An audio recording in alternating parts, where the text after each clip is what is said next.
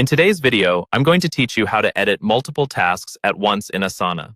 If you're managing a large project or just need to make sweeping changes across your to-do list, this feature can save you a tremendous amount of time and help you keep everything organized. Let's walk through the process together, step by step, so you can make the most of Asana's batch editing capabilities.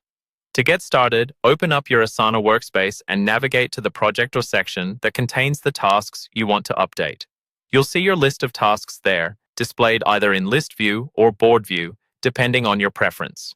For today's demonstration, let's stick with List View since it's often the easiest way to see everything at a glance, especially when you're dealing with a lot of tasks at once. Now, to select multiple tasks, simply hover your mouse over the circle that appears next to each task. As you click each circle, the tasks you choose will be highlighted, indicating that they're selected.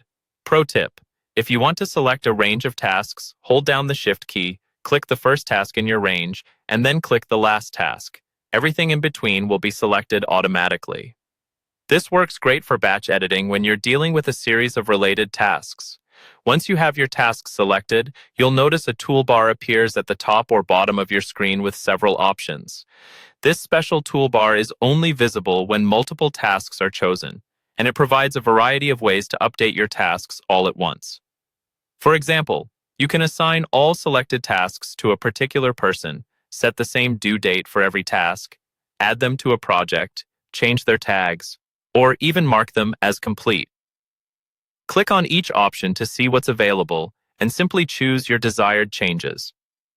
A useful trick is using this method to quickly update deadlines for several tasks at once, or to reassign them if your team's workload has shifted. If you need to make other changes, such as adding a custom field or adjusting priority, look out for the More Actions or similar button in the toolbar, which contains even more batch editing features. After making your updates, double-check that your changes were applied across all the tasks you selected. If you make a mistake, don't worry.